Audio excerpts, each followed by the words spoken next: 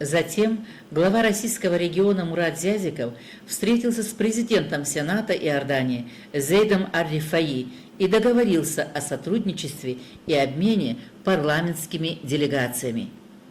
Для нас большая честь принимать вас в стенах Сената. Хочу пожелать вам также дальнейшего хорошего пребывания на нашей иорданской земле.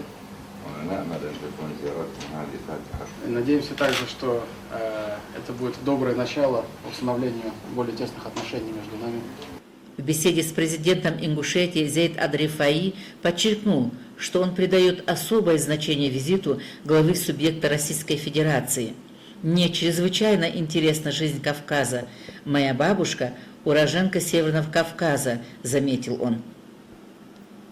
Слова самой искренней благодарности вам за то, что мы чувствуем сегодня, за тот прием, который мы чувствуем здесь. И это... أود أشكركم من صميم القلب على هذا حسن الضيافة والاستقبال الحار. Мы гордимся тем, что наш президент Владимир Владимирович Путин, король Иордании, известный лидер, известный политик в мире, что они очень тесно сотрудничают, что очень часто встречаются, и это только во благо мира и стабильности. Глава республики преподнес президенту Сената Иордании памятный подарок и символ Ингушетии.